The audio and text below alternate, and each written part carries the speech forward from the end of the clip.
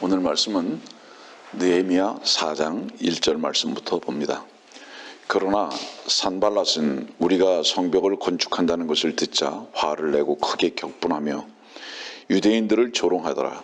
그가 그의 형제들과 사마리아의 군대 앞에서 선언하여 말하기를 이 유약한 유대인들이 무엇을 하는 것이냐?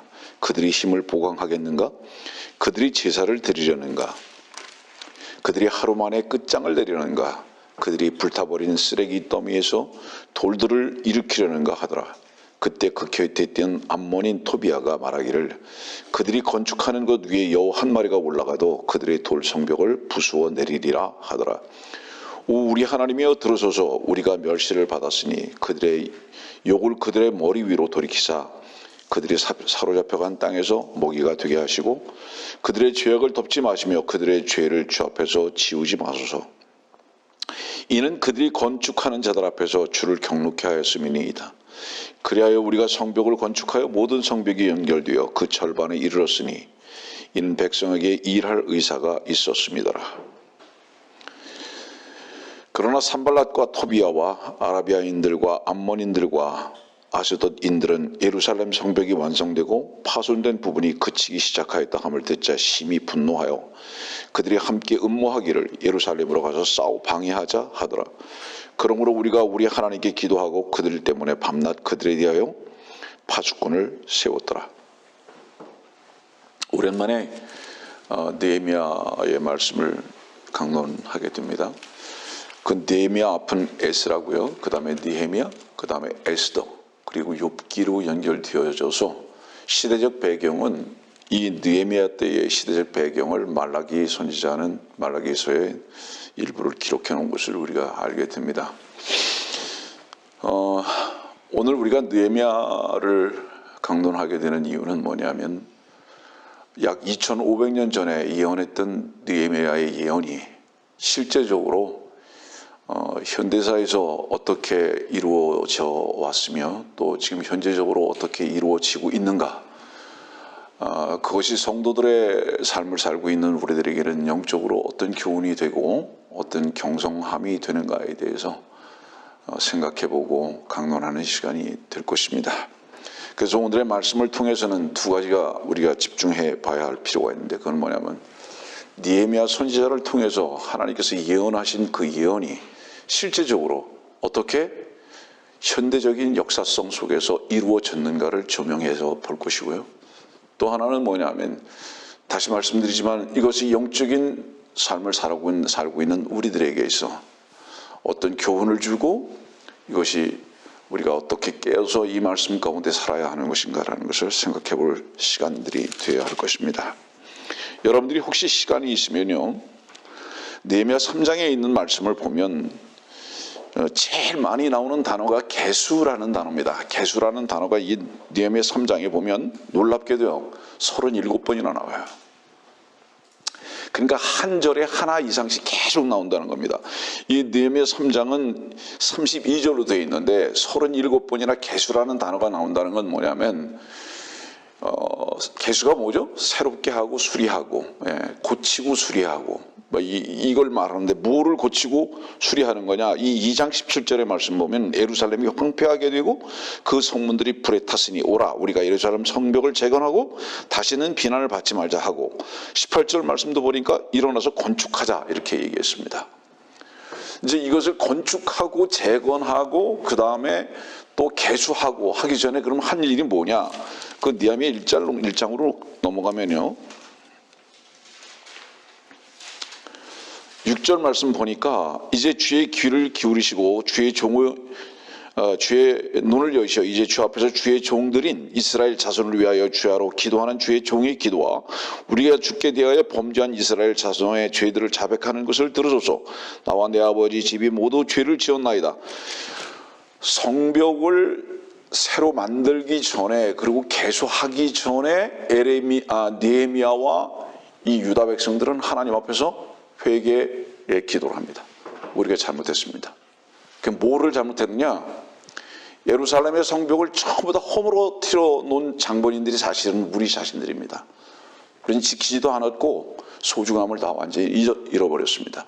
시대적 배경을 보면요, 바벨론과 페르시아와 아시리아에 걸쳐서 펼쳐 살았던 유대 민족들이 일부만 돌아왔어요. 그 일부만 돌아왔다는 건 뭐냐면 왜 안 돌아오죠? 페르시아와 아시리아와 바벨론이 좋은 거예요, 살기가. 다시 말하면 지금 현재도 마찬가지입니다.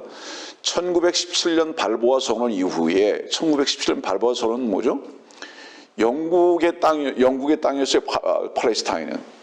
근데 1917년 발보아 선언을 했을 때에 유대인들이 팔레스타인 땅에 가서 이제 그들이 기거할 수 있도록 하겠다라는 선언이 발보아 선언입니다. 그래서 그때부터 많은 사람들이 이제 예루살렘을 중심으로 모여들기 시작을 했지만 아직도 많은 사람들이 어떻죠? 이방 땅에서 삽니다. 왜? 미국이 더 살기 좋으니까. 그리고 더 안전하니까. 예를 들어서 영국이 더 살기 좋으니까 더 안전하니까. 아직도 유대인들 중에서는 돌아가지 않는 사람들이 대다수죠. 네. 일부가 돌아가서 지금 현재 뭐예요? 예루살렘 국가 건설을 시작한 거죠. 그게 1948년인 것을 여러분들은 알고 있습니다. 이런 것들을 2500년 전에 느헤미야가 예언하신 거예요. 이 예언한 것이 언제 이루어지기 시작했느냐? 1917년부터 시작해서 1948년에 걸쳐서 이루어졌을 뿐만 아니라 현재에 이르고 있다는 것이 이 말씀의 역사적 배경인 것을 먼저 여러분들에게 잠깐 설명을 합니다. 오늘 우리는 1절 말씀을 어떻게 시작하고 있느냐 하면 성벽을 건축한다고 하는데 화를 내고 격분하고 조롱하는 자들이 있습니다. 사탄은 지금도 하나님의 일을 하고자 하는 그 일 앞에서 결코 그냥 놔두지 않습니다. 온갖 수단과 방법을 가리지 아니하고 멸시하고 조롱하고 방해합니다. 수단과 방법을 가리지 아니하고 불화살을 쏩니다. 잠시 전에도 우리 목사님이 유튜브의 영상을 보여주시면서 참 집요하다고 이렇게 얘기를 하셨는데 여러분들 거기에 마음을 뺏기지 마십시오. 왠지 아십니까? 그들은 자기들의 하는 일이 옳은 줄 알고 그 일을 하는 것일 뿐이고 그 일이 하나님의 일을 방해하는 것을 모르는 자들입니다. 그러면 그들이 하는 일은 여러분들이 징벌을 하지 않아도 하나님께서 하나님의 일을 방해한 것에 대한 분명한 징벌을 하실 것이기 때문에 그렇습니다. 자기들의 옳은 길을 그냥 가고 있는 거예요. 여러분들 자신도 한번 생각해 보세요. 이 일이 잘못된 것이라고 생각하면 동력을 잃어버려요. 근데 이것이 하나님의 일이라고 생각하고 이것이 옳은 일이라고 생각하는 자기 확신으로 인해서 끈질기게 그 일을 계속하는 겁니다. 여기 산발랏이라는 사람은요, 자기 이익에 맞지 않는 거예요. 이 성벽을 쌓는 게. 그걸 방해하는 것이 어때요? 옳은 것이라고 생각하는 겁니다. 성도들이요, 여러분들이 세상 세력들의 방해가 없이, 조롱이 없이, 음해나 비난이나 방해가 없이 하나님의 일을 할 수 있다고 생각하십니까? 그러면 착각입니다. 왠지 아세요? 세상은 곧 그리스도인들의 원수이기 때문입니다. 세상이 곧 그리스도인들의 원수인데 어떻게 세상이 여러분들에게 협조적일 수 있겠습니까? 한번 생각해 보세요. 그건 불가능한 거예요. 원수의 목표는 원수라고 생각하는 것을 깨뜨려 부숴버리는 것입니다.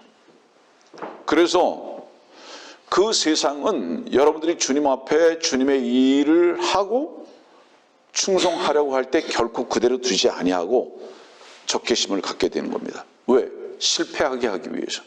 온갖 협박을 다 합니다.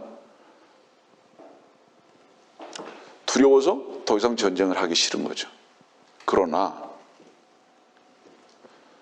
만일에 하나님의 사랑이 여러분들 가운데 머물고 여러분들이 주의 일을 하고 있는 것에 대한 분명한 증거를 갖기를 원한다면 세상이 여러분들의 그 일을 얼마나 적개심을 가지고 방해하는 것을 가지고 바로 밑으로 삼으십시오. 세상이 여러분들에게 적개심을 가지고 있지 않다. 이 세상이라는 것은 저 시장바닥만을 말하는 게 아니에요. 교회가 완전히 시장화가 되어가지고요, 주의 순수한 말씀을 찾아보기가 어렵게 됐죠. 싸우는 자들의 모든 이유가 뭔지 아십니까? 하나예요. 자존심과 개인의 이익입니다. 자존심과 개인의 이익에 반하는 것 때문에 싸움을 하는 겁니다. 여러분들이나 다른 사람들이나 싸운다면 그 싸우는 이유가 무엇인가 하는 것을 정말로 마음 깊이에서 점검해 봐야 할 필요가 있어요.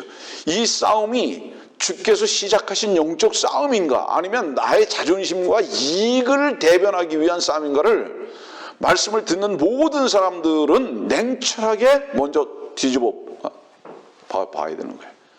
지금 현재 싸우고 있는 이 싸움이 무엇 때문인가? 이유가 무엇인가? 여러분들이요, 주께서 싸우시는 싸우심은 절대로 물리적인 싸움을 하지 않으십니다. 지금은 영적 싸움을 하시죠. 근데 물리적으로 뭔가를 다투고 있어요.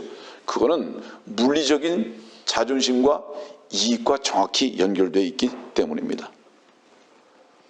다시 말하죠, 주의 일을 하고자 하는 주의 종들의 그 충성과 함께 반드시 적개심이라고 하는 다른 대적들은 평행선을 이루고 같이 갑니다. 기차의 철로와 같이 분리되지 않아요. 언제까지? 주께서 이 땅에 오실 때까지. 주님께서 세상에 오시면은, 재림의 주로 오시면은 놀라운 일들이 많이 벌어지겠죠. 근데 그 놀라운 일 중에 무엇이 가장 놀라울지 아십니까? 여기 말씀 보니까 이렇게 시작하시잖아요.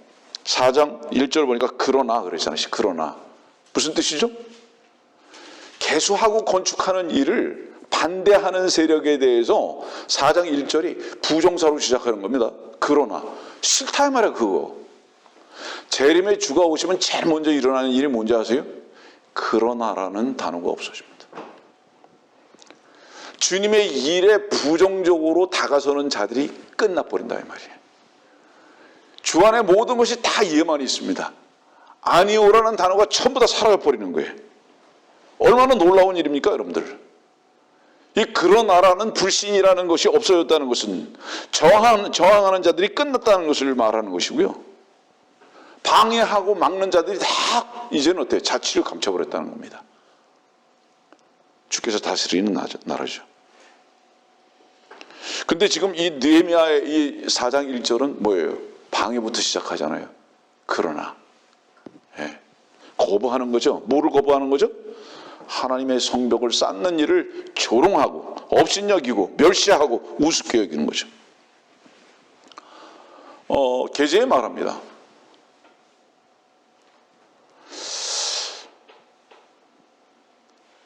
저는 제 자신에 대해서 옳다거나 의롭다거나 바르다거나를 이야기해 본 적이 한 번도 없습니다. 왜 그럴까요? 제가 저를 알고 주께서 저를 아시기 때문에 감히 그런 말을 할 수가 없는 겁니다. 늘 저는 죽어야 할 자고 모순된 자고 거짓된 자며 야곱과 같이 사기꾼이다. 항상 제가 제 자신을 이렇게 드러내놓고 말을 합니다. 그런데도 한 가지 이해할 수 없는 것은 하나님께서 내 입을 통해서 주의 말씀을 선포하게 하신다는 것이다. 여러분들 귀가 닳도록 듣는 말이에요. 그러면 제가 전하는 말씀의 유튜브의 영상은 방해되면 안 되는 거예요. 저를 감옥에 집어넣어 줄 수는 있어도 저를 감옥에 집어넣으면 돼요. 들어가야 할 일이 있다면. 그렇지만 주의 말씀을 선포하는 것을 유튜브상으로 방해하는 것은, 이것은 하나님의 말씀과 하나님의 일을 방해하는 겁니다. 저는 마땅히 멸망받아야 할 자고 죽어야 할 존재인 거예요. 10분 저는 그것을 이해하고 인정합니다. 그래서 제가 감옥에 들어간다 할지라도 사실은 억울함이 없어요. 왜 억울함이 없느냐? 어떤 짓거리를 하고 안 하고를 떠나서 나는 원래 지옥에 들어가야 할 존재인 것을 내 자신이 알기 때문에.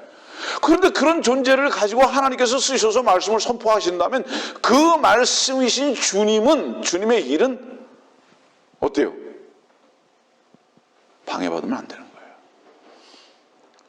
근데 그 말씀을 방해하기 위해서 유튜브상에 온갖 조롱과 거짓과 음모를 계속 할 뿐만 아니라 유튜브의 설교 자체를 몇백 편을 다 지워버리는 이런 마귀적 행태를 하고 있었다면 이것은 뭐예요? 이것은 주님께서 반드시 책망하실 수밖에 없는 일이라는 것을 여러분들에게 말하는 거예요. 차라리 제게 와서 제 얼굴에 똥바가지를 뒤집어 씌우든지 아니면 저를 테러하는 게 낫죠. 하나님의 말씀 방해받아서는 안 되는 거예요. 여러분들이요, 주님께서 속히 오시기를 우리가 원하는 이유가 뭡니까? 우리가 잘 살기 위해서? 아닙니다. 주님의 일에 대한 방해가 없어지기 때문에 그러나라는 부정사가 이제 그때는 더 이상 존재하지 않기 때문에 그 주님을 기다리는 거예요. 우리 자신이 그렇게 되기 때문에.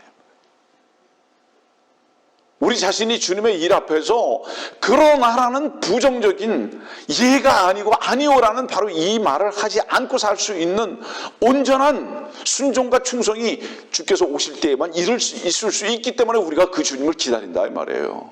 천년왕국에서 우리가 무슨 큰 상을 받고 잘 살기 위해서 그것은 상급으로 주어질 것이지만은 진정 우리 자신을 알지 않습니까? 날마다 어떻게 우리 생각으로만 살고 우리의 즐거움으로만 사는지 주께서 우리들에게 요구하시는 그 말씀 앞에 우리가 참으로 불순종하는 삶이 너무나 마음이 아파서 주께서 참으로 재림해 주러 오신다면 그때는 내 안과 밖에서 역사하는 모든 불순종의 영들이 끝날 것이기 때문에 그래서 주님 기다리고 있다 이 말이에요.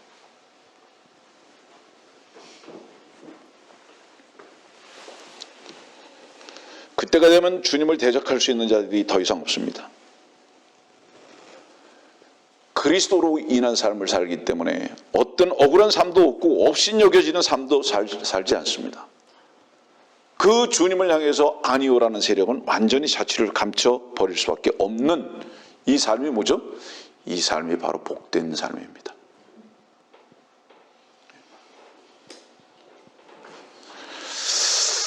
성경은 정말 아주 신비로운 책입니다. 조금 아까도 말씀드렸지만 1917년에 발보아 선언 이후로 이스라엘 백성들은 팔레스타인 땅에 와서 살게 됐죠. 그리고 지금 2020년입니다.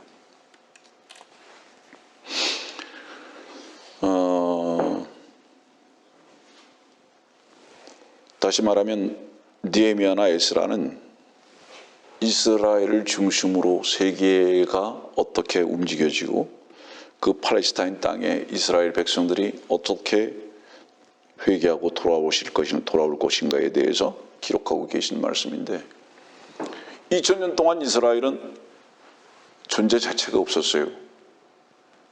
그러나 여러분들이 세대적 진리를 공부하신 분들은 알겠지만 위대한 선각자 중에 한 분인 라킨스 목사님 같은 분들은 성경 하나를 믿었기 때문에 이스라엘은 존재가 없어 보이지만 성경이 이스라엘의 회복을 기록하고 계시기 때문에 역사의 주관자이신 하나님께서 참되신 주께서 그리고 모든 것을 미리 보고 아셨던 그 예언의 말씀이 반드시 성취될 것을 믿었던 라킨스 목사님 같은 분은 이스라엘의 회복을 기록한 거예요.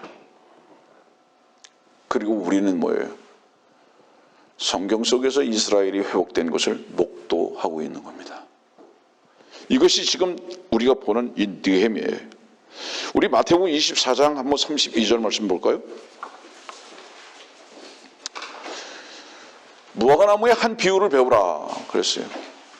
이 무화과나무는 뭐죠? 이 이스라엘입니다. 그 가지가 유연해지고 잎이 나오면 여름이 가까운 줄 너희가 아나니. 그 다음에 33절을 보니까 그 일이 가까이 곧 문들 앞에 이른 줄 알라. 여기 이 그 일이 뭐냐? 주님의 재림입니다. 주님의 재림이에요. 그러면서 35절 말씀은 뭐라고 결론을 내리십니까? 하늘과 땅은 없어져도 내 말들은 결코 없어지지 아니하리라. 결코 없어지지 아니하리라. 이 말씀은 왜 여기다 기록하셨죠? 35절에? 마태복음 24장에 무화과나무의 한 비유를 배우라 그랬는데요. 이 말씀을 배운 자들이 없는 거예요. 왜냐하면 이 무화과나무는 분명히 이스라엘을 가리키는데 주님께서 마태복음 24장의 말씀을 기록하시면서 성령의 감동으로 말미암아 시작하시면서 반드시 이스라엘은 끝나지 않는다. 반드시 회복할 때가 있을 것이다 라고 기록하신 거예요. 근데 2000년 동안 사람들은 어떻게 생각했죠? 이스라엘 끝났어. 2000년 동안 아예 민족이 없어졌는데 어떻게 이스라엘이라는 나라가 다시 생길 수 있냐 이 말이에요. 안 믿은 거죠. 36년 동안 일제 압박 속에 있었던 나라도 말을 잊어버리고 언어만 잃어버린 것이 아니라 글자도 잃어버리고 모든 걸 다 잃어버렸는데 360년도 아니고 2000년 동안 나라를 잃어버린 이스라엘 민족이 어떻게 국가가 다시 재건될 수 있는가? 아예 믿지 않아요. 지금 마태복음 24장은 그것을 말씀하고 있는 거예요. 근데 하늘과 땅은 없어져도 내 말들은 결코 없어지지 아니하리라. 이 말씀은 뭐예요? 너희들이 무엇을 보든지 너희들의 생각이 어떻든지 간에 이스라엘이라는 존재는 없어지지 않는다. 다시 회복된다. 하나님만이 참되신 이유가 무엇입니까 여러분들? 그분의 말씀은 반드시 그대로 성취되기 때문이다. 모든 인간은 다 거짓되다는 뜻이 뭔지 아십니까? 오늘 사랑을 고백해도 그 사랑이 오늘은 진실된 것 같은데 내일은 그 사랑이 어느 순간 안개같이 다 사라졌을 뿐만 아니라 그 사랑이 고백한 그 사랑이 어느 순간인가 날카로운 빛으로 와서 내 자신의 가슴을 찔러버리는 이런 순간들이 있다는 것을 여러분들이 삶 속에서 경험하고 있지 않습니까? 영원토록 함께 가자고 이 붙들은 이 손은 결코 떨어지지 않을 것이라고 약속했던 인간의 그 당시에는 진실된 그 약속이 하룻밤을 자고 나니까 그 손에서 감춰진 비수가 나와서 가슴을 찔러버리고 그 사랑의 고백이 음모와 거짓으로 점철되어지는 현장에서 우리들이 살고 있지 않느냐 이 말이. 인간의 말이 무슨 참되냐 이 말입니다. 하나님만 참되시다. 아멘. 예? 그분만 참되시고 그분만 진리시다 이 말이에요. 그래서 우리가 오늘도 믿을 수 있는 것은 뭐냐면 그분께서 우리를 사랑하신다는 그 사랑의 고백이시다 이 말이에요. 그분이 우리를 사랑하고 계시다고 말씀하고 계시다 이거예요. 오늘도 우리의 지금 현재적인 형편이 어떻든지 간에 주님께서는 이렇게 약속하고 계십니다. 그래서 그 말씀의 약속에 따라서 이스라엘은 팔레스타인 땅으로 돌아오기 시작한 것입니다. 언제죠? 2400년, 400~500년 전에 느헤미야를 통해서 이 말씀을 예언하고 기록하셨어요. 그런데 이렇게 성경이 정확하고 확실하죠? 진리죠? 그런데도 그 말씀하시고 그 말씀을 기록하신 하나님을 두려워하지 않습니다. 우리가 하나님을 두려워해야 하는 이유는 뭔지 아세요? 그분만이 말씀하시는 대로 이루시는 분이기 때문에 그렇습니다.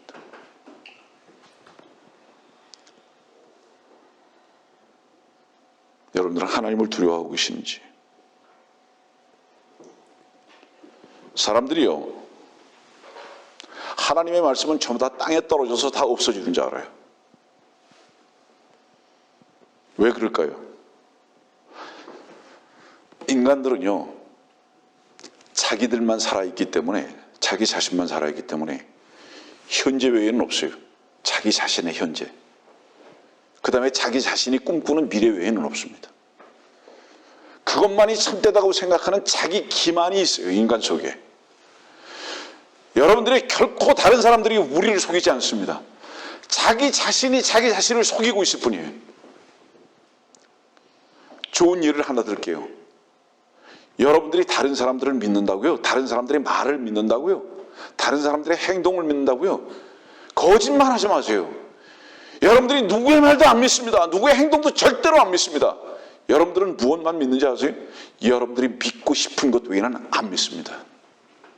절대로 그렇습니다.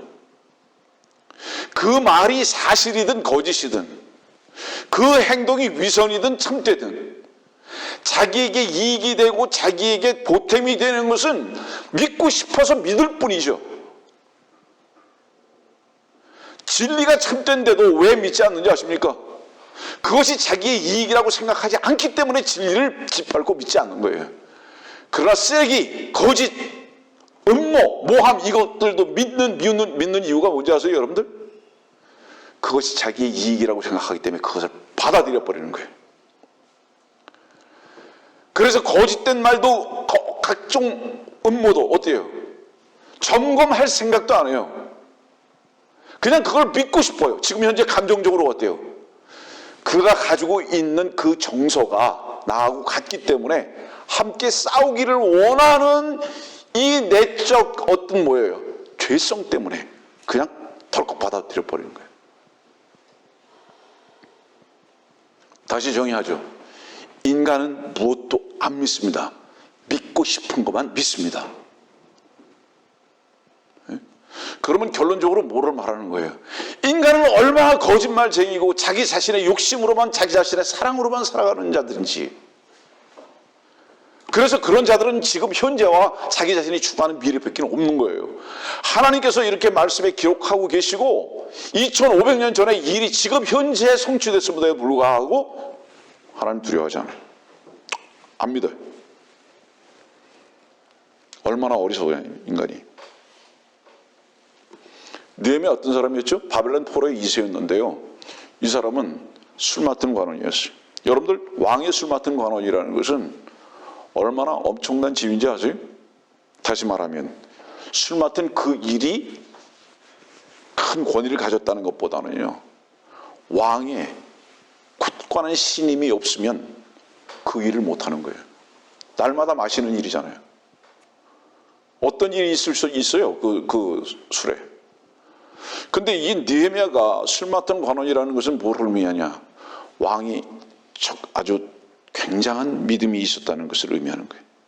그런데 느헤미야는 그 왕의 믿음을, 그 권위를 누리고 살지 않았습니다. 다시 말하면 일을 하기는 해도 그것을 과시하거나 그것을 즐기거나 그러지 않았다는 것을 말합니다. 뭐를 생각했죠? 느헤미야는 한 가지만 생각했습니다. 나는 언제 예루살렘으로 돌아갈 것인가? 그건 관심 그것밖에 없어요. 그의 삶에서 비전이 뭐였죠? 그러니까 내일에 대한, 미래에 대한 꿈은 뭐였어요? 그러니까 예루살렘이에요. 지금 이 말씀을 들으면서 여러분들 자신의 가슴에 탁 찌르면서 말해봐요. 나의 내일의 소망은 무엇인가? 하루 저녁을 자고 나서를 말하는 것만이 아니라 미래의 나의 소망은 무엇인가? 여러분들의 가슴을 탁 찌고 한번 점검해 보라고, 스스로. 주님의 오심인가, 참으로? 아니면 나의 가정, 나의 직장, 나의 건강, 나의 세상에서의 즐거움과 풍요로움, 어떤 겁니까? 여러분들의 즐거움과 두려움이 여러분들 안에 있는 내용입니다. 느헤미야가 우리 성도들의 모형일 수 있는데요.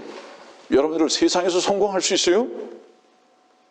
공부 많이 해서 높은 지위를 얻을 수도 있습니다. 돈 많이 벌 수도 있죠. 느헤미야 같이 그럴 수 있는 거예요. 성도가 돈을 반드시 벌 수 없다, 공부 잘할 수 없다, 지위 높은 자리에 올라갈 수 없다, 그런 뜻이 아니에요. 다 할 수 있어요. 그렇지만 그리스도인들은 결코 그것을 즐기거나 누리지는 않습니다. 그게 다른 거예요.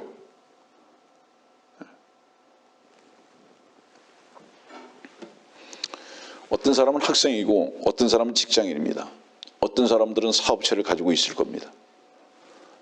우리는 공부도 열심히 해야 하고 직장 생활도 성실히 해야 하고 우리의 기업체도 부지런히 일해서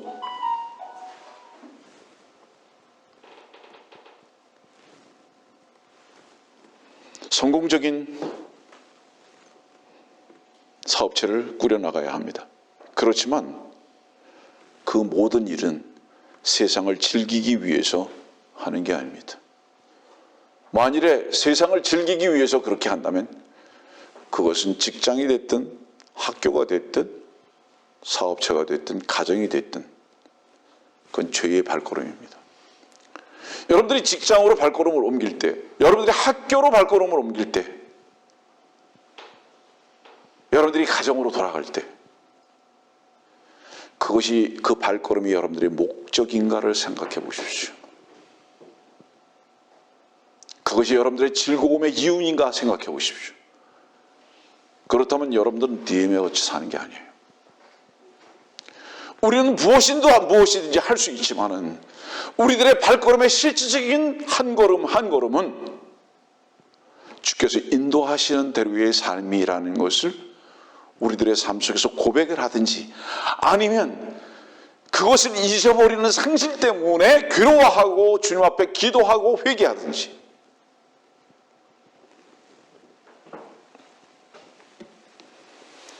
느헤미야가 무슨 말을 들었냐면 예루살렘 성벽이 다 불탔대요. 이 2장 말씀 보시면 그게 나와요. 근데 왜 예루살렘 성벽이 다 불탔습니까? 하나님의 말씀 앞에 이스라엘 백성들이 불순종한 거예요. 여러분들 불순종했다는 건 뭐를 의미하죠? 세상 신을 섬긴 거죠. 이 세상의 신은 단 둘입니다. 우리 안에 거듭난 자들의 마음 안에 주께서 주가 되신 바로 그 신, 유일한 신, 하나님이신 그분, 아니면 세상 신입니다. 딱 두죠. 하나는 마귀고 하나는 주님이십니다. 세상을 여러분들이 더욱 소중히 여기고 있다면 그건 분명히 부인하지 마십시오. 그건 마귀를 섬기는 겁니다. 우리가 구원받았다고 할지라도 우리의 정체성은 마귀에게 속한 삶을 사는 거예요. 이것을 우리들은 항상 점검하는 냉철함이 우리들에게 필요하다. 만일에 우리는 그렇다면 하나님 앞에서 불순종하는 것입니다. 그러면 이미 우리들의 마음의 성벽도 어때요? 다 불타 없어진 거예요. 전부 다 허물어진 겁니다. 느헤미야 3장은 이 문들을 계속 계수하는 거예요. 느헤미야 3장부터 보세요, 여러분들. 3장을 보면은 무엇부터 계수합니까? 양문부터 계수하죠. 양문부터. 왜 양문부터 계수합니까, 여러분들? 주님께 내 자신을 부인하는 삶이 아니면요, 주님께 내 자신을 부인하는 삶이 아니면 세상을 들락달락하게 만들어 버리는 거예요.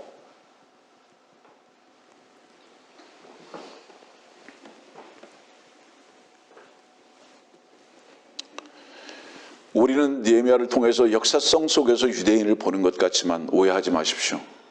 오늘 우리는 이 말씀 속에서 그 대상이 우리 자신이라는 것 절대 잊어버리지 마십시오. 내 자신이 섬기는 게 뭐냐? 세상을 섬기고 혈과 육을 섬기고 세상의 사람들의 가치 기준을 동일하게 섬기고, 그렇다면 그것을 섬기고 있다면 뭐죠? 하나님을 향해서는 불순종하고 있다는 것을 말하는 겁니다. 그 결과 어떤 일이 있었습니까? 70년 동안 포로 생활한 거잖아요. 바로 그 일을 느헤미야는 아까 우리 1장에서 봤죠? 회개하고 기도하는 겁니다. 잘못했습니다.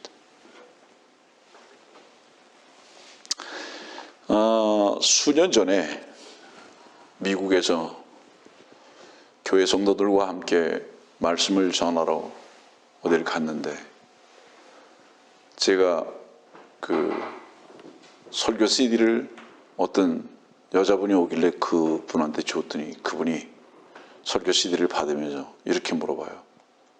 혹시 이 설교하시는 목사님이세요? 날 보러 그래요. 그렇습니다. 그랬더니 저는 목사님 설교 좋아하지 않아요. 아, 그러세요? 좀 이유를 좀 듣고 싶습니다. 그랬더니 목사님은요, 설교하시는 게 너무 강해요. 사랑이 없어요. 그렇게 얘기를 해요. 그래서 어떤 사랑을요? 이웃을 사랑해야죠. 근데 목사님은 말씀이 너무 두들겨 패는 말씀만 하신다고. 그렇게 얘기해서 저는 목사님 설교를 싫어합니다. 이렇게 말해요. 제가 뭐라고 얘기하는지 아세요? 당신이 말하는 그 사랑 때문에 당신은 지옥 가는 겁니다.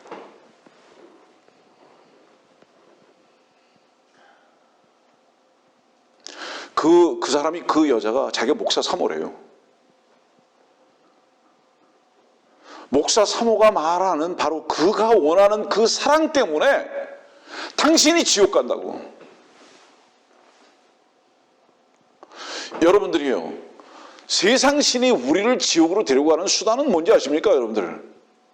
하나님의 말씀을 오해만 하게 하면 되는 거예요. 성경에서 말씀하고 있는 사랑이라는 단어를 세상 사랑과 육신적인 사랑의 도움으로만 연결시켜 버리면, 그러면 그 사람은 그냥 자동적으로 지옥으로 가는 겁니다. 제가 그 여자분한테 이렇게 말했어요. 당신과 당신의 남편이 교회에서 바로 당신이 말하는 그 사랑을 설교하고 그 사랑의 회복을 위해서만 사역을 한다면 당신과 당신 목사는 부끄러운 목사가 될 거라고. 꽤 오래전 일인데요. 요한복음 3장 16절에 하나님이 세상을 이처럼 사랑하사, 그 사랑을 엄청나게 오해하고 있는 거죠. 이런 게 뭐라고 얘기하죠? 가짜죠. 혼돈의 시대죠. 성경에 있는 말씀을요, 자기 자신의 속에 있는 내용과 딱 접목시켜버리는 겁니다. 우리가 날마다 우리 자신을 부인해야 하는 이유는 뭔지 아십니까? 멀리서 찾지 마세요. 하나님의 말씀에서 기록하고 있는 단어를 여러분들 안에 있는 가치관과 여러분들 안에 있는 정의에다가 딱 접목시켜버리는 거예요. 그래서 성경에서 말씀하고 있는 이 내용은 내 안에 있는 이것이다라고 오해하는 데에서 비롯되는 겁니다. 여기에서부터 엄청난 혼돈이 시작되는 거예요. 다시 말하면 사람들은 어떤 모순들을 가지고 살아가냐면 내 안에 있는 내용을 진실이라고 참된 것이라고 믿기 때문에 성경에 있는 내용 속으로 내 자신을 던져버리지 않냐고 그 성경에 있는 단어를 내 안에다 집어넣고자 하는 죄의 본성을 가지고 산다 이 말이에요. 그러나 왜 그렇죠, 여러분들? 이유는 다른 거 없어요. 자기 자신이 얼마나 죄의 덩어리인지를 모르기 때문에 그렇습니다. 여러분들 속에 있는 더러운 것과 깨끗하다고 생각하는 모든 것, 고상하다고 여기는 그 모든 것까지도 하나님께서 보실 때는 배설물로 여기시기 때문에 그것 자체를 다 불태워버리고 부인하지 아니하는 한 하나님의 말씀 정확히 이해 못합니다. 전부 다 자기식으로 받아들이는 거예요.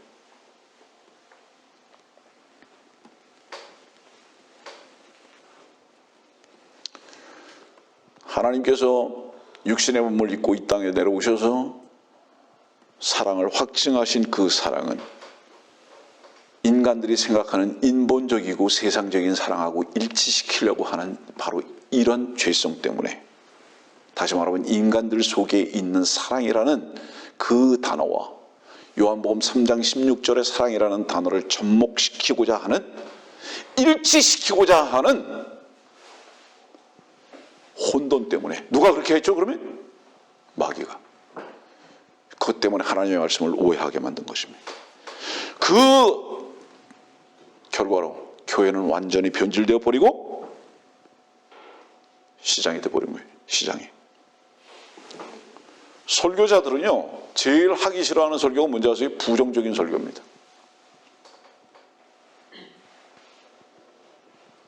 부정적인 설교가 뭐죠?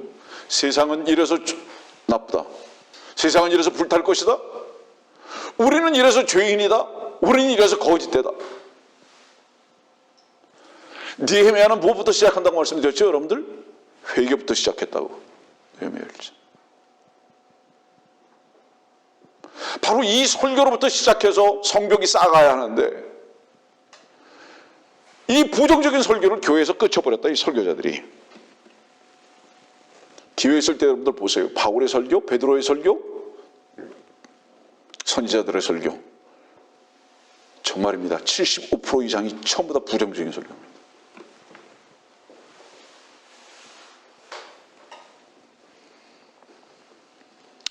그 부정적인 설교는 뭐예요? 돌이키라고, 회개하라고, 그냥 그 길 가면 망할 거라고. 그 설교가 사라졌습니다. 사도행전 24장 25절의 말씀 한번 보세요. 사도행전 24장 25절 말씀 보면 바울이 의와 절제와 다가올 심판에 관하여 설명하자 펠릭스가 두려워하여 말하기를 이제 그만 가라. 내가 틈이 나면 너를 부르리라고 하더라. 뭐죠? 절제와 다가올 심판에 관하여 설명하자. 펠릭스가 듣다가 이제 그만 가. 나중에 너 부를게. 가. 그냥 한마디로 얘기하면 뭐죠? 듣기 싫어. 너 듣기 싫어 이제. 여러분들 이 펠릭스가 누굽니까? 가이사의 총독이에요. 자기 자신을 어떻게 생각할까요? 나는 고상하기 때문에, 나는 인격도 고상하고 학문도 높고 나는 고상하기 때문에 지금 이 총독으로 있는 거야. 여러분들이요, 지위가 높은 것과 그 사람하고는 별개입니다. 학문을 많이 한 것과 그 사람하고는 별개입니다. 돈이 많은 것과 그 사람하고는 별개입니다. 가장 더러운 자도 그 많은 것을 얻을 수도 있고 높은 위치에 있을 수도 있고 공부를 많이 할 수도 있습니다. 고상한 것을 지위와 위치와 물질과 학문으로 동시에 평가하려고 하는 어리석음들이 우리들에게 있습니다. 그래서 세상적으로 뭔가를 갖추고 있는 사람은 그 사람은 고상하다고 느끼려고 하는 비굴함이 인간들 속에 있다 이 말이에요. 그런데요, 이 펠릭스를 보면서 우리가 뭐를 보죠? 부정적인 말을 원하지 않는다는 것은 뭐를 얘기합니까? 자기 자신이 참되다고 생각하고 고상하다고 생각하기 때문에 그것을 허물어 때려버리는 그 설교와 권면에 대해서 나는 원하지 않는다 이 말이에요. 그러나 지금 이 설교를 듣고 참으로 괜찮은 사람은 어떻게 반응하는지 아십니까? 이 설교를 하고 있는 저놈이 어떤 놈이든지 간에 저 설교 속에서 인간은 거짓되다, 곧 듣고 있는 내 자신은 거짓된 존재라는 것을 듣는 사람은 참된 사람입니다. 그 사람은.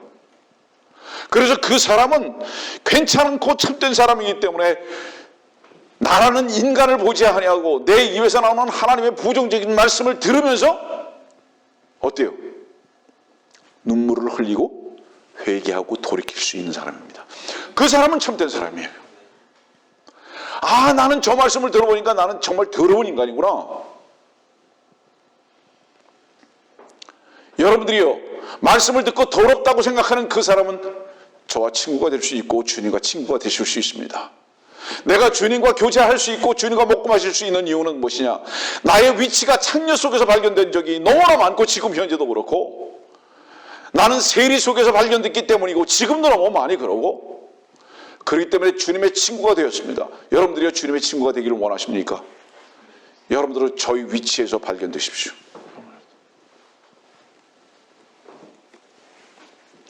주께서 뭐 때문에 죽으셨죠? 죄로 인해 죽으셨죠? 주님이 죄로 인해 죽으셨어요. 어떤 죄로 인해 죽으셨습니까? 세상 죄를 제거하는 하나님의 어린 양이죠. 그 말씀 속에서 무엇을 보죠? 모든 인간 세상은 다 어때요? 불타야 하는 부정적인 것들이다. 그분께서는 그거 보신 거죠. 그래서 세상 죄를 위해서 죽으신 거예요. 그분은 죽으신 목적이에요. 그것은 뭐를 의미합니까? 정확히 그분은 세상을 어떻게 보신 거예요? 죄 덩어리 이렇게 보신 거란 말이에요.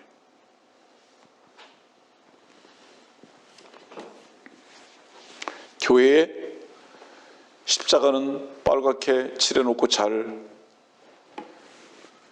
그 모습을 갖다 놨는지 모르지만은 십자가는 생겨났는데 없어진 단어들이 있어요. 그게 뭔지 아세요? 세 철자가 없어졌어요. S-I-N, sin. 죄라는 철자가 없어졌어요. 더 이상 다루지 않아요. 그럼 뭐예요? 십자가는 폼입니다. 주님은 죄 때문에 죽으셨잖아요. 그래서 내 죄로 인해서 죽으신 그 주님을 믿는 자들의 모임 아닙니까? 이 교회가. 그 십자가는 나는 죽었습니다 하는 표시 아닙니까, 여러분들? 근데 죄를 모른다면 그 십자가는 얼마나 위선되고 거짓된 것이냐 이 말이에요. 그래서 그 십자가에서 반드시 내가 함께 그리스도와 죽어야 할 것을 알려면 먼저 무엇을 가르쳐야 하는 것입니까? 너는 죄인이다라는 것을 가르쳐줘야 하지 않겠냐 이 말이에요.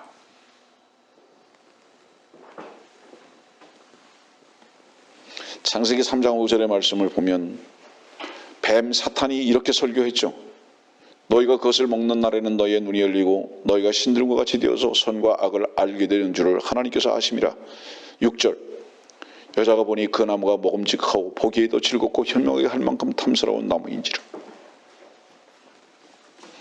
긍정적인 설교죠. 이 설교의 내용은 뭐죠? 너는 할 수 있어. 이 설교의 내용은 한마디로 그거예요. 너는 할 수 있어. 무엇을 할 수 있느냐? 선도 행할 수 있고 악도 멀리할 수 있어. 너는 신이야. 그 다음에 뭐죠? 세상의 것들을 다 네가 가질 수도 있어. 왜 포기했죠? 너 노력하면 저거 다 가질 수 있어. 여러분들이 세상 앞에서 왜 이렇게 힘든지 아십니까? 여러분들 내면에서 저것은 내가 가질 수 있다라고 생각하는 그 욕심의 소리가 성취되지 못하는 것으로 인한 갈등. 여러분들 속에서는 그랬어요. 땀 흘리는 만큼 또 뭐예요? 남들만큼 가질 수 있어야 하는 것이 여러분들 내면의 소리인데 그것이 여러분들의 내면의 소리만큼 무엇인가 얻어지지 않는 것으로 인한 괴로움. 그 긍정적인 세상을 보는 바로 이 소리가 어디서 왔느냐 이 말이에요. 바로 그 설교가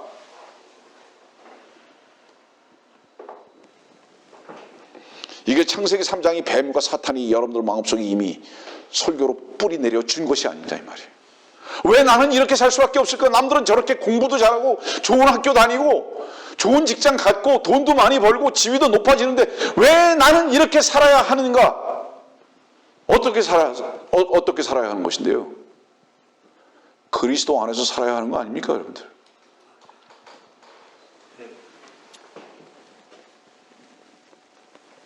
그래서 교회가 무슨 설교만 넘쳐났죠? 다 세상을 향해서 무엇인가 추구할 수 있다고.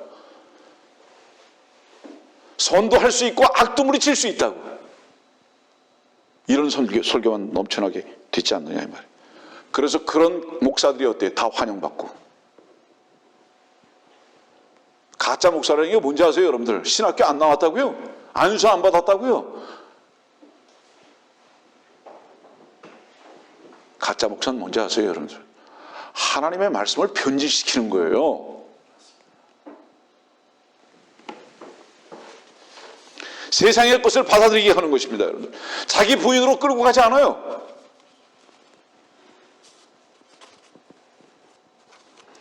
설교라는 단어의 뜻이 무슨 뜻이라고 말씀드렸죠? 몇 차례 말씀드렸듯이 그거는 말씀의 칼로 여러분들의 심장을 찌르는 거예요. 말씀의 망치로 여러분들의 뒤통수를 치는 것입니다. 구원받은 사람의 첫 번째 증거 중에 하나가 뭔지 아세요? 주님을 만났을 때 충격을 받는 게 처음이에요. 공통적인 특징입니다. 입이 막혀요. 보이는 것이 감겨요. 무엇을 얘기하는지 아세요? 옛날에 하던 기도가요, 더 이상 할 수가 없어요.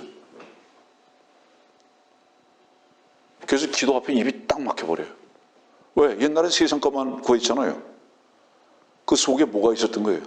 마귀가 세상을 향해서 계속 구하라고 했던 거 아닙니까? 언제 뒤통수 맞죠? 내 생각과 관념이 완전히 죄 자체였구나. 내가 생각하는 오름이라는 것은 마귀가 내 안에 심어준 마귀의 독소였구나라는 것을 그 주님을 만나는 순간에 뒤통수를 맞고 알잖아요. 그 말씀 가운데서. 이 충격이죠. 아, 헛것을 봤었구나. 그것을 붙들기 위해서 열심히 뛰어다녔구나.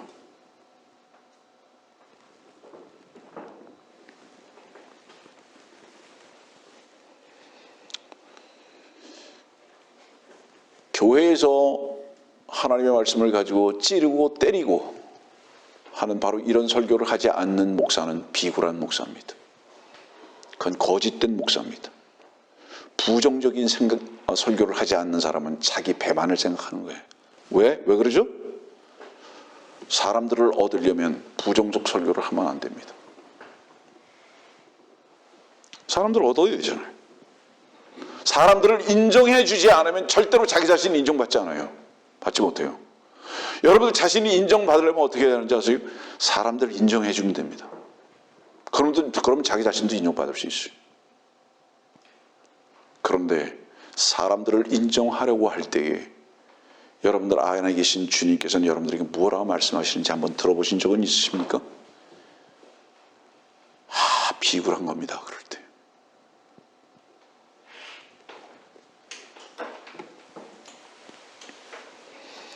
설교 시간에 죄인을 얘기하면 자기 자신들이 죄인이 된 기분이잖아요. 듣는 사람들이. 듣는 사람들이 그거 좋겠어요? 그런 설교 왜 안 하죠? 그럼 사람들이 상처받아서 교회 떠날까 봐. 그래서 그런 설교 안 하잖아요. 그렇지만 설교자가 듣는 사람들의 마음에 상처를 심어주지 않으면 상한 심령이 돼 보질 못합니다. 네? 우리 인간들이 원래 상했잖아요. 전부 다 못 먹을 양식이잖아요. 다 썩었잖아요. 그걸 상했다고 가르쳐줘야 하는데 이걸 자꾸 품어만 주니까 상한 것을 모르잖아요. 그 상한 심령인 것을 알아야 주님께로 나아가는데 상처를 자꾸 싸매주는 것만 하지. 이게 인본주의적인 거죠. 그렇게 되면 어떻죠?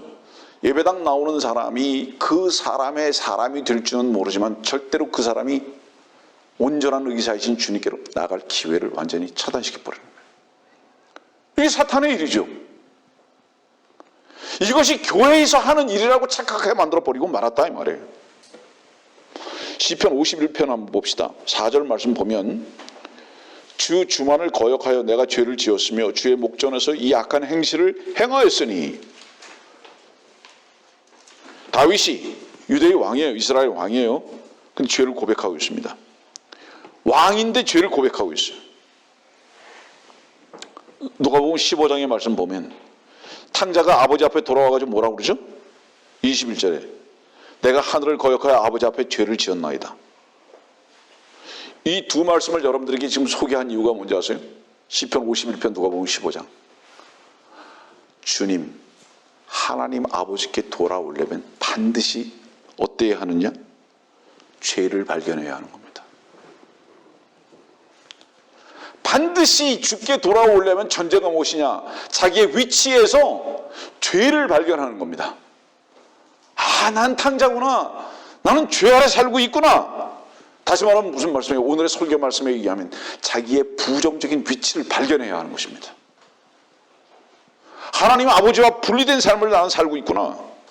나는 반드시 죽을 수밖에 없는 존재구나.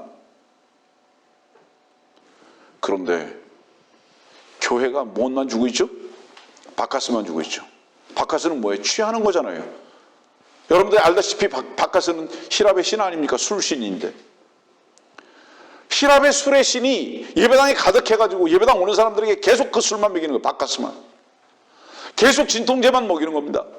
수술을 받아야 하고 치유를 해야 참으로 그리스도의 말씀으로 치유를 해야 되는데 부정적인 설교 안 해요. 너 지금 아프다고 얘기해 주는 목사가 없다 이 말이에요. 그러다 보니까 어떻게 됐지? 교회가 술 취한 교회가 돼버리고 말았습니다. 그 취한 것을 위로라고 여기는 거예요.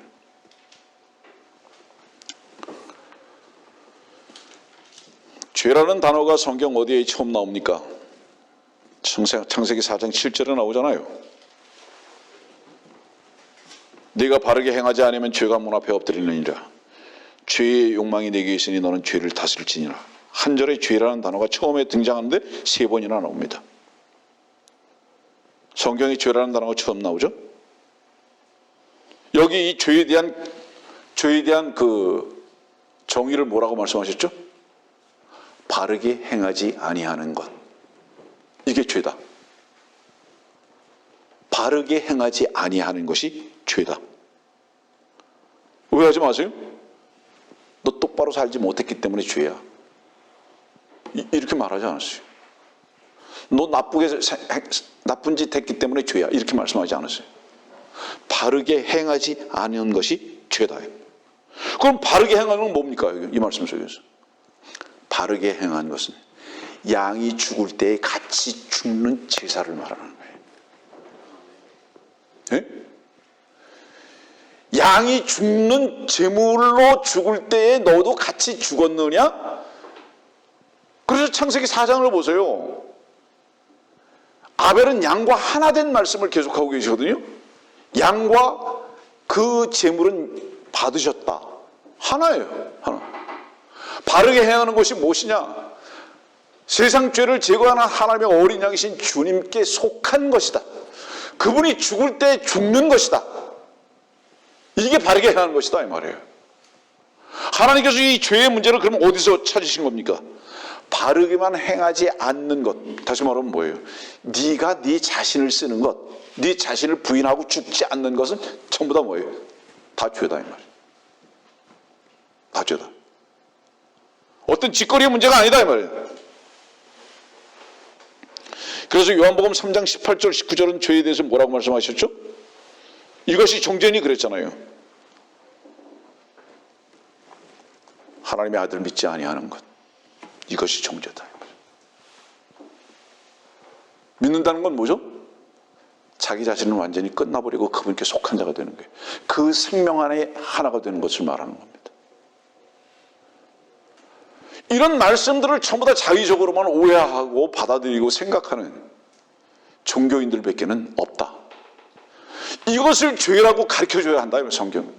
성경에서. 사람들이 예배당에는 오는데 바르게 행하는 것이 무엇인지 모릅니다. 십자가를 왜 걸어놨는지 아세요? 교회에. 오늘도 나는 주님과 함께 죽어야 할 존재입니다 라는 것에 대한 고백이에요. 여러분들이 예배당에 왜 나오는지 아십니까? 여러분들 나오는 이유가 뭔지 아세요? 여러분들 저는 오늘도 죽음을 경험하고 죽음을 배우러 왔습니다 이거예요. 이것이 예배인 거예요.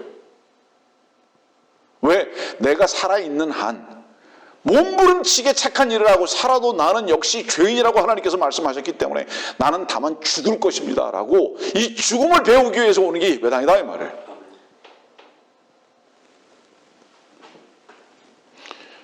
카인은 다른 짓 한 거 없어요. 제사 거부했어요. 그 제사 거부했다는 것은 뭐를 얘기하죠? 나는 죽을 죄인이 아니야. 나는 열심히 착하게 살면 돼. 그 결과 누구 죽였어요? 죽어야 한다고 말했던 아벨 죽여버렸잖아요.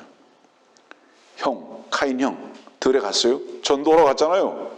무슨 전도하러 갔습니까? 형, 들에 있을 거 아니야. 우리 빨리 가서 죽읍시다. 그 양이 죽을 때 같이 죽읍시다 우리가. 이 말을 전하기 위해서 아벨이 카인한테 간 거예요. 형한테. 근데 카인은 쉽게 말하면 이거죠. 내가 왜 죽냐? 너나 죽어라. 난 죽을 이유가 없어. 난 바르게 살 거야. 하나님은 바르게 행하는 것이 무엇인 줄 아느냐? 죽는 것이다. 양과 함께. 유대인들도 마찬가지일 거예요.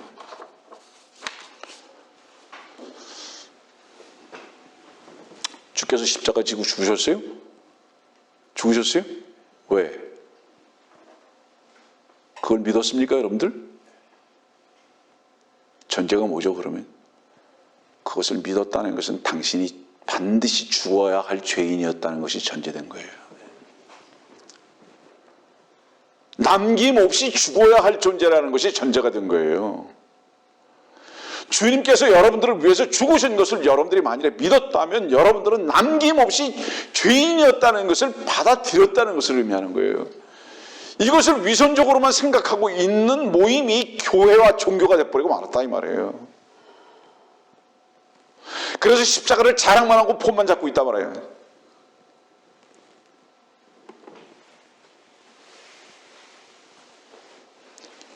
인간들이 예배당에 나오는 이유가 뭔지 아세요, 여러분들? 죄인 되기 싫어서 나와요. 난 절대로 세리와 창기같이 살지 않을 거야. 난 절대로 탕자같이 살지 않을 거야. 이 다짐을 하기 위해서 예배당을 나온다 이 말이에요. 이 얼마나 무서운 일인지 아십니까, 여러분들? 정말로 얼마나 무서운 일인지 아십니까? 세리가 창기가 되지 아니하고 가늠한 여인이 되지 아니하고 탕자가 되지 않았는데 주님의 은혜와 사랑을 받을 방법이 없다 이 말이에요. 근데 목표를 예배당에 나오는 목표 자체가 무엇이냐면 난 절대로 이렇게 되지 않을 거야. 이렇게 각오를 다지기 위해서 예배당에 나온다면 그 예배당에 나오는 발걸음이 어디를 향한 발걸음이냐 이 말이에요. 지옥 불을 향한 발걸음이다 이 말입니다.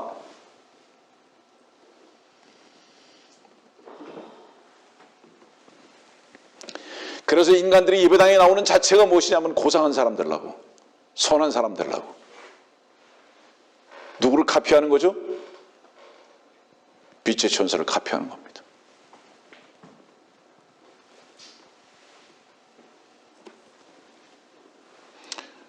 말씀을 듣는 여러분들이 주님께 돌아오지 않았다면 아무리 착하게 살고 있다 할지라도 탕자의 삶을 사는 거예요. 그 위치인 거예요. 또 어떤 사람들이 이렇게 얘기하죠. 저놈은 죄지라고 말하나 보다. 저놈은 오늘 설교도 또 역시 죄를 지라고 말하네. 오해하지 마세요. 죄를 지으라고 말하는 것이 아니라 여러분들이 몸부림치고 의롭게 산다 할지라도 여러분들은 세리와 창녀며 탕자라는 것을 말하는 거예요. 아무리 착하게 산다 할지라도 여러분들은 이미 다 더러워져 있다는 것을 지금 설교하고 있는 것이지 죄를 지으라는 것을 말하고 있는 것이 아니다 이 말이에요. 더 이상 여러분들은 검정을 칠할 수 없을 만큼의 이미 검둥이가 돼버리고 말았다는 것을 말하는 거예요.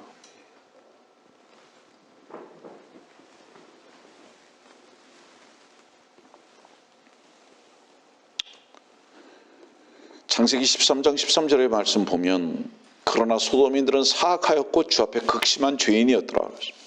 극심한 죄인이었더라. 소돔과 고모라가 극심한 죄인. 왜 극심한 죄인이라고 그랬죠? 소돔과 고모라를 왜 극심한 죄인이라고 했습니까? 성적인 문제죠. 어떤 성적인 문제죠? 동성애적인 문제입니다. 그래서 그들을 말하면서 죄인 이렇게 말합니다. 그러면 지금 느헤미야가 유대 백성들을 향해서 죄를 회개하라고 이렇게 말하는 것은 뭐와 연결되는지 아세요? 카인과 연결되고요. 그 다음에 바로 이 동성애자들과 연결되는 겁니다. 심히 타락했다 이 말이에요. 같은 단어를 쓰는 거예요. 지금 성경에서 말하는 죄인이라는 단어를 쓸 때 같은 단어를, 파생된 단어를 같이 쓰고 있다는 거예요. 거기가 원류라는 뜻이에요. 모든 인간들의 죄는 다 그렇다는 거예요.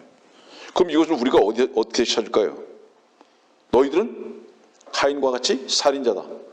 너희들은 소돔과 고모라의 사람들과 같이 동성애자고 도착자이다. 지금 이 말을 쓰는 거예요.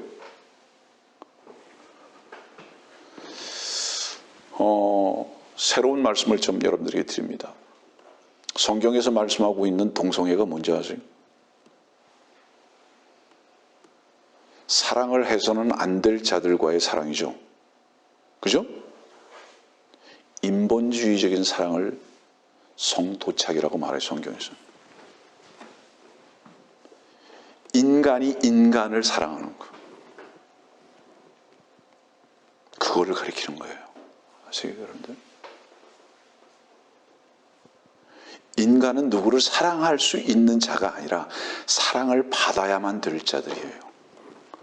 절대로 인간이 누구를 사랑한다는 것은 전적으로 거짓입니다, 여러분들. 우리가 누구를 사랑할 수 있는 존재가 아니에요.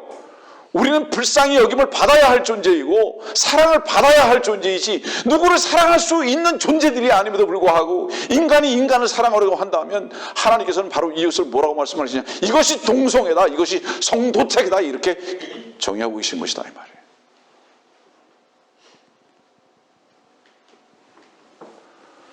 동일한 피의 사랑,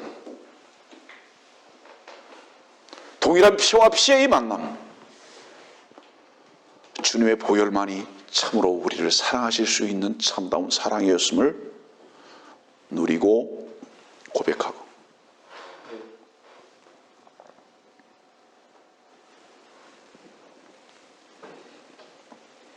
성경에서 하나님께서는 인간적인 어떤 관계의 사랑도 사랑으로 여기지 않으셨다는 것은 명확합니다.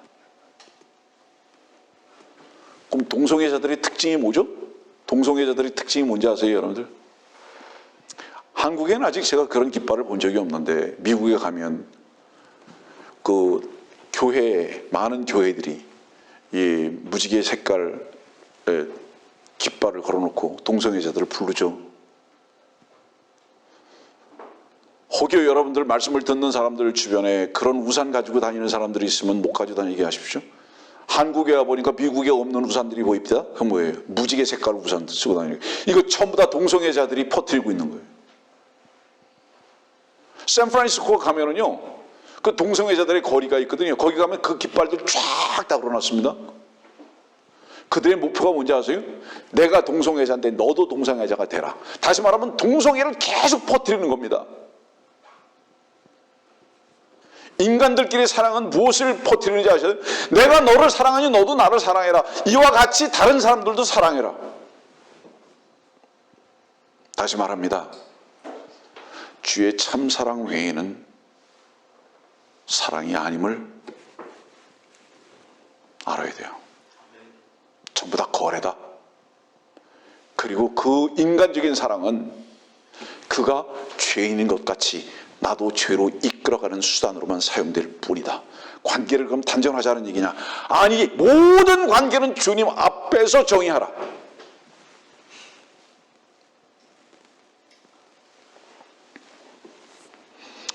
그런 의미에서 볼 때 인간적인 사랑은, 인간적인 사랑 그러면 대표적인 사람들 몇 명 있죠. 데레사 수녀, 슈바이처, 이런 사람들이죠. 제가 오랜만에 이 설교하지만 데레사 수녀나 슈바이처 같은 사람들은 인류애적인 면에서는 가장 아름답게 추앙받아야 할 여자들이고 남자들인지 모르지만은 하나님 앞에서 볼 때는 카스트로나 김일성이나 오사마 빈 라덴보다 더 나쁜 사람들. 그런 사람들은 참으로 오히려 어때요? 마귀의 종으로서 사용된 자들이다. 하나의 모범이 딱 돼버렸잖아요. 이렇게 살아야 한다고. 그런 사람들 때문에 슈바이처나 데라수 수녀 같은 그런 여자들 때문에 십자가가 무력하게 된 거예요. 십자가 필요 없어요. 아, 십자가는 지금 설교하고 있는 이놈을 위해서만 필요한 겁니다. 이렇게 거짓되고 더러우며 이렇게 추악한 놈인 이놈을 위해서 십자가가 필요했던 것입니다. 이놈에게 십자가가 없었다면 좌절이고 절망이고 멸망입니다. 여러분들이요, 십자가가 여러분들의 자랑이 되기를 원하십니까? 십자가에는 결코 자랑할 것이 없는 고백을 여러분들의 삶 속에서 하기를 참으로 원하십니까? 먼저 여러분들이 어떤 죄인인 것이 발견돼야 할 것입니다. 왜 주님이 저에게 필요했는가? 저는 가장 더러운 존재였기 때문에.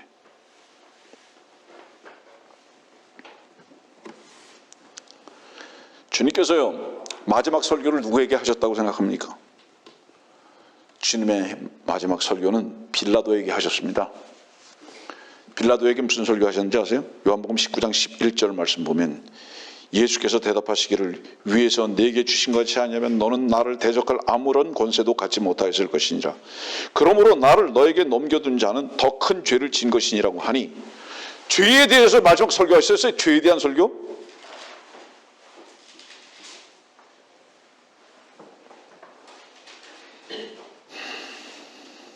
왜 빌라도에게까지 죄에 대한 설교하셨죠? 주님은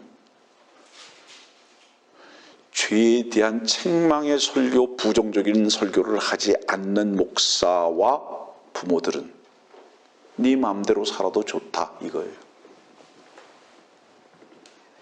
그 길이 옳은 길이다 아니면 방임하는 거예요. 주께서 마지막 설교를 빌라도에게 죄에 대해서 하신 이유는 뭘까요? 빌라도까지도 사랑하신 겁니다.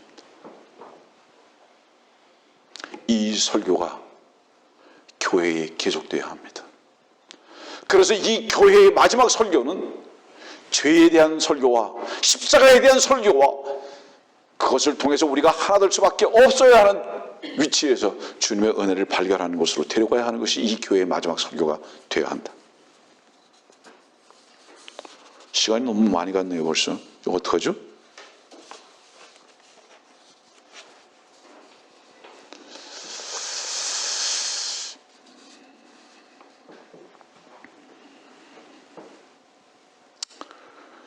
우리는 지금 느헤미야를 설교하고 있습니다. 예루살렘은 원래 하나님의 성읍이었죠? 근데 하나님의 성읍이었다는 것은 뭐를 얘기합니까? 그 성읍 안에 누가 주인이었다는 거예요? 주께서 주인이셨다는 거죠. 근데 이것이 어때요? 다 허물어져 버렸어요. 불타버렸어요. 이걸 다시 개수하지 않으면 안 돼요. 왜죠? 주인이 다시 주인으로 계셔야 하기 때문에. 말씀 정리할게요. 집에 있는 것이 배설물과 쓰레기밖에 없는 사람은요, 문 열어놓고 다녀도 돼요. 그렇잖아요. 집에 있는 것이 다 어때요? 배설물이에요. 쓰레기예요. 문 왜 잠궈요? 예루살렘의 성벽의 문을 다 새로 만들고 성벽을 쌓아야 하는 이유는 뭐예요? 그 성 안에 소중함이 있다는 것이죠. 그렇지 않습니까, 여러분들? 교회는 에클레시아거든요.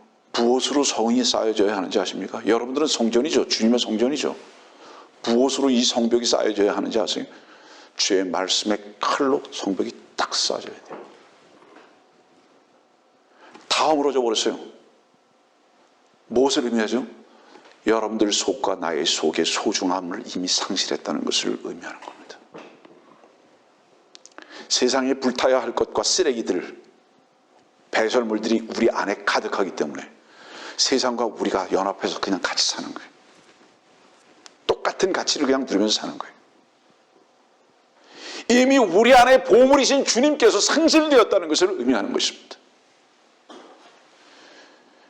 여러분들이 세상과 연합하고 세상과 즐기고 살고 있다면 이미 주님은 여러분들 안에 소중하신 분으로 절대 계시지 않다는 반증입니다. 소중하신 주님이 안에 있는 사람들의 특징은 뭔지 아십니까? 세상을 차단합니다. 문을 걸어 잠깁니다. 혹여라도 성벽이 허물어진 것은 다시 개수합니다.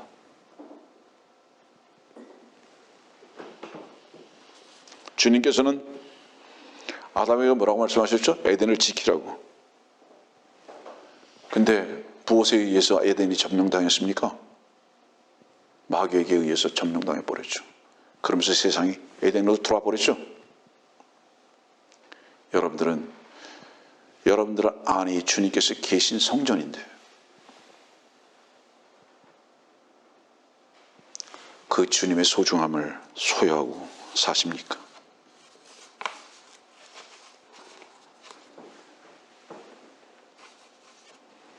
원래 이스라엘 팔레스타인 땅은요, 노아 이후로 국가 건설이 되지 않았어요. 여러분들 알지 모르겠어요. 나라가 없었어요. 원래 거기는 아무 나라가 없었어요. 문화적인 배경도 없어요. 종교적 배경도 없어요. 그 팔레스타인 땅은 원래 국가 건설이 되어 있는 게 아니라 작은 도시 국가였어요. 그래서 작은 도시 국가가 도시 국가로서 하나의 도시로 그냥 형성만 하고 있었던 거예요. 하나의 국가가 아니었어요. 그러다가 이스라엘이 그 땅을 들어가서 국가가 됐죠. 그 독립선언했어요. 48년에.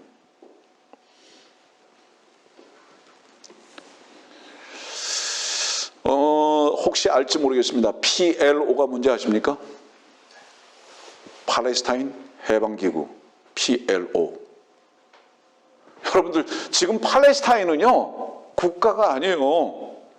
해방기구예요. 잊어버리지 마세요. 팔레스타인 땅의 유일한 국가는 이스라엘이에요. 지금 팔레스타인은 국가가 아니에요. 해방기구예요. 달라요, 여러분들. 근데 이 유엔에서 팔레스타인, 다시 말하면 이 해방기구를 국가화 시키려고 자꾸 이것을 부추기는 거예요. 이유가 뭐죠? 이스라엘은 국가를 내쫓기 위해서. 목적이. 이 배후가 유엔인 거예요. 여러분들 지금 트럼프가 친이스라엘 정책표죠? 우연 아니에요, 여러분들. 친이스라엘 정책을 편다는 것은 무엇을 의미하는 건지 아세요? PLO를 중심으로 해가지고 모든 반이스라엘 국가들과 싸우고 있다는 뜻이에요. 하나님의 섭리 가운데 절대로 그것은 우연이 아니에요. 여러분들 혹시 기억할지 모르지만요. 처음에 이스라엘 백성들이 1948년에 독립을 선언하고 팔레스타인 땅의 국가 건설을 선언하니까 그 당시에 이집트 대통령이 누구였죠? 나세르였어요. 여러분들 알지 몰라요. 그 다음에 뭐죠? 사다트였는데 나세르나 사다트가 한 말들이 있어요. 아라파트하고 같이 한 말이. 오늘 느헤미야 4장에 있는 그 말씀 그대로 했어요. 너희들 그 며칠이나 가나 보자 말이야. 그 국가 건설.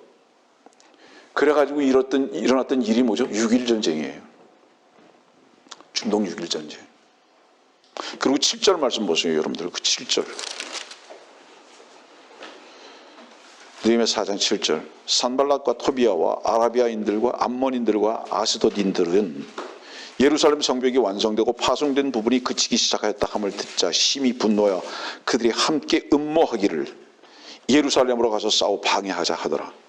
여기 이 5 사람들이 나오잖아요. 이 5 사람들이 뭔지 아세요? 6.1 전쟁 때에 5개 국가의 연합군으로서 이스라엘을 침공한 자들이에요. 근데 어떻게 됐죠? 그들이 그 성벽은 여호 한 마리만 올라가 다 무너질 거라고 며칠이나 가나 보자고 그랬던 게 어떻게 거꾸로 돼버렸죠. 6일 만에 그들은 완전히 전멸돼 버렸죠. 항복했죠. 우리가 이걸 통해서 배울 수 있는 공부는 뭐죠? 느헤미야에게 말씀하신 하나님만 참되시다. 반드시 그 말씀대로만 된다. 성도들이여, 주께서 여러분들 마음 안에 주께서 주님이 되셨습니까? 그 주님만이 보물이시고 영원하시며 우리들의 기업이십니다. 그 주님 한 분이 우리의 모든 소중함입니다. 세상을 향해서 성벽을 치고 그 주님의 소중함을 지키며 그 주의 말씀을 따라 행하는 성도들의 삶이 반드시 우리들에게 필요한 것이다.